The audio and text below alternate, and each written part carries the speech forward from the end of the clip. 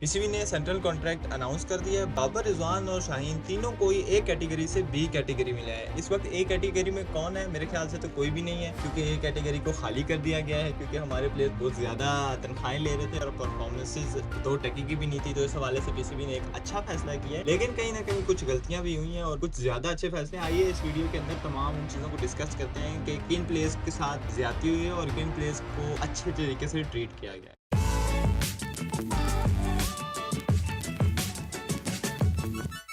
अस्सलाम वालेकुम, मैं हूं आर्यान इमरान। और सबसे पहले बात करें तो आज दोपहर में पीसीबी ने जो ये शेड्यूल जारी किया है सेंट्रल कॉन्ट्रैक्ट 2025-26 का, इस मरतबा 27 प्लेयर्स की जगह 30 प्लेयर्स कर दिए। पिछले शेड्यूल में 27 प्लेयर्स को सिलेक्ट किया गया था। बाबर, रिजवान और शाहीन हमारे मेन प्लेयर्स थे जो ए कैटेगरी में फॉल करते थे। तीनों को ही ए कैटेगरी से हटा के बी में ले गए। और मजे की बात ये कि ए कैटेगरी में कोई प्लेयर ही नहीं है। मतलब कि पाकिस्तान क्रिकेट टीम का डाउनफॉल ऐसा चल रहा है कि पाकिस्तान किसी भी प्लेयर को एक कैटेगरी में रखना गवारा ही नहीं समझता पीसीबी के। मसलन हमारे पिछले पूरे एक साल में कोई ऐसा प्लेयर ही नहीं है जिसकी ऐसी परफॉर्मेंसेज हों कि उसको ए कैटेगरी में रखा जाए।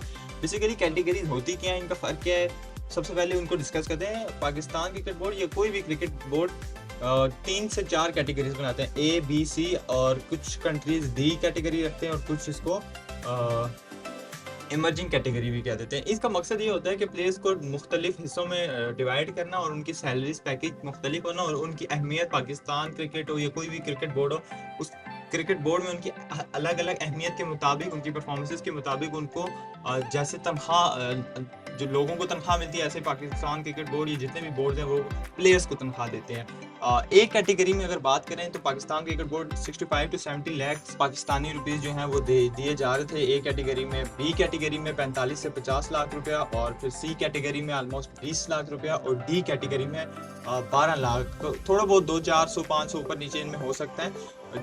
तो अब बाबर, रिजवान और शाहीन के लिए तो ये बहुत बड़ा धचका है। एकदम 40 किधर 65 to 70 लाख मिल रहे थे और अब एकदम 40 लाख पे आ गए। 20-25 लाख का एक बड़ा झटका उनको लगा है। मैं कई यूट्यूबर्स को भी सुन रहा था, उनमें एक यूट्यूबर है पाक टीवी के, सनाउल्लाह, वो कह रहे थे कि ऐसा नहीं होना चाहिए, ये हार्श डिसीजन है, कि मैं नहीं समझता कि आपके जो सीनियर प्लेयर्स हैं आपको उनको रखना चाहिए। जब मैं नीचे कमेंट पढ़ा तो हर बंदा यही कह रहा था कि पीसीबी ने आप ज़िंदगी में पहली बार ऐसा किया कि एक अच्छा फैसला किया है। अच्छी चीज़ है कि अगर कोई प्लेयर परफॉर्म नहीं कर रहा, ज़रूरी नहीं है कि वो 8 साल पुराना है या सीनियरिटी के ऊपर उसको ज़्यादा से ज़्यादा बैक किया जाए। इसके अंदर बात करें तो कुछ 8 से 9 लड़के ऐसे हैं जिनकी ना कैटेगरी ऊपर हुई है ना कैटेगरी डाउन हुई है, ना वो इस कैटेगरी से बाहर हैं। पिछले साल भी थे और इस साल भी हैं। इसके बाद अगर अब बी कैटेगरी की बात करें, क्योंकि ए कैटेगरी तो है ही नहीं, तो इसमें इब्रार अहमद ठीक है, उनका बनता है बी कैटेगरी में, जिस तरह के वो एक मेन स्पिनर का रोल इस टाइम अदा करें। बाबर आजम आपके बी कैटेगरी में आ गया, फ़खर जमान आपके मेन प्लेयर्स में आते हैं, फिर हारिस रऊफ, हसन अली, मोहम्मद रिजवान, साइम अयूब, सलमान अली आगा, शाहीन शाह अफरीदी और शादाब खान।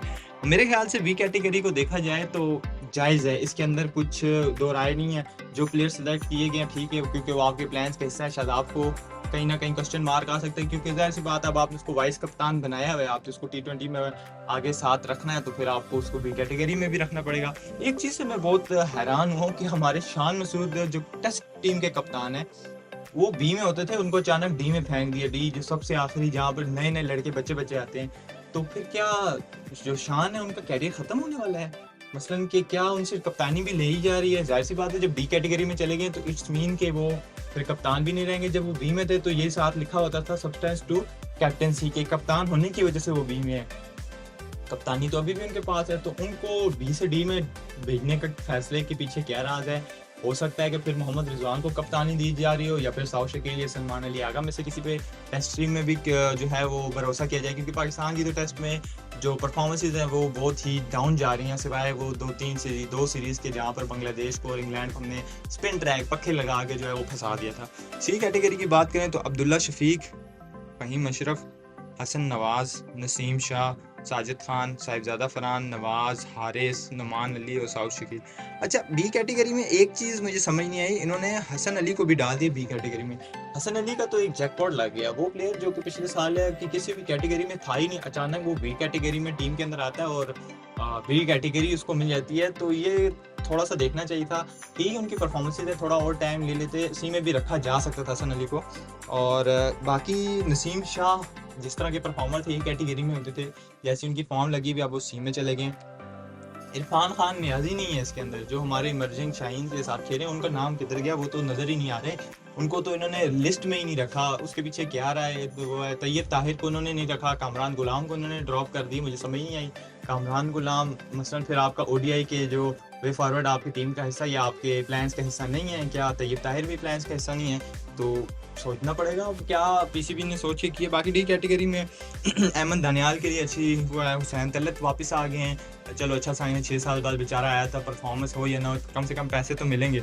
खुरम शहजाद फिर आपके अच्छे बॉलर हैं, टेस्ट टीम में अच्छी बॉलिंग करते हैं। खुशदिल शाह को इन्होंने टीम रखा है, ठीक है, खुशदिल की ऑन एंड ऑफ परफॉर्मेंसेज हैं। मोहम्मद अब्बास, ये अब्बास अफरीदी नहीं है, मोहम्मद अब्बास है। मोहम्मद अब्बास जो काफ़ी अरसे से खेलते आ रहे हैं, वीपीएस उनकी काफ़ी लो है लेकिन वो स्विंग करना जानते हैं, तो ये अच्छी बात है कि यार अब्बास को आपने रखा है, जब आपको ज़रूरत पड़ती है आप उसे टेस्ट में लाते हैं, वो परफॉर्म करता है। अब्बास अफरीदी को भी रखा है, चलो अच्छी बात है। वसीम जूनियर अचानक टीम में वापस हैं और उनको भी रखा गया है। सलमान मिर्ज़ा को रखा गया है। इसका मतलब कि जो डी कैटेगरी में नए लड़के हैं ये फिर आपका आने वाले टाइम में आपका एहसास है, मतलब आपने इनके ऊपर जो है इन्वेस्टमेंट करनी है, अल्लाह करे कि फिर इन्वेस्टमेंट का हमें नतीजा भी मिले। शान मसूद का नहीं बनता, अलबत्ता उनको सी में रख लेते लेकिन डी में नहीं जाना चाहिए था। सुफियान मुकीम को डी कैटेगरी समझ नहीं आती, सुफियान का डी में होना नहीं चाहिए था, उनको भी सी में रखना चाहिए था। ये जो है पाकिस्तान क्रिकेट बोर्ड ने 2025 की जो लिस्ट है 2025-26 की वो अनाउंस कर दी है और कुछ प्लेयर्स नहीं है। बुरा तो मुझे लग रहा है, तैयब ताहिर कामरान गुलाम को होना चाहिए था, उन्हें ड्रॉप करना बनता नहीं था। हसन अली के बी के ऊपर सवाल बनता है। फिर आपने अपने कप्तान को डी कैटेगरी में डाल दिया टेस्ट के, ये चीज़ समझ से बाहर है। इस हवाले से आपकी क्या राय है? आपको क्या लगता है कि किस प्लेयर को कहाँ होना चाहिए था, किस प्लेयर के साथ नाइंसाफ़ी हुई है, और कौन सा प्लेयर ऐसा है जो डिज़र्व करता था इस कैटेगरी में होना, इस लिस्ट में है नहीं जैसा इरफान खान नियाज़ी, और कौन से ऐसे प्लेयर हैं जो बस खुदू खाते में जो है वो इस लिस्ट में है? तो ये चीज़ें आपने कमेंट में मुझे बतानी है। आज की वीडियो के लिए इतना ही, मिलते हैं अगली वीडियो में, तब तक के लिए अल्लाह हाफ़िज़।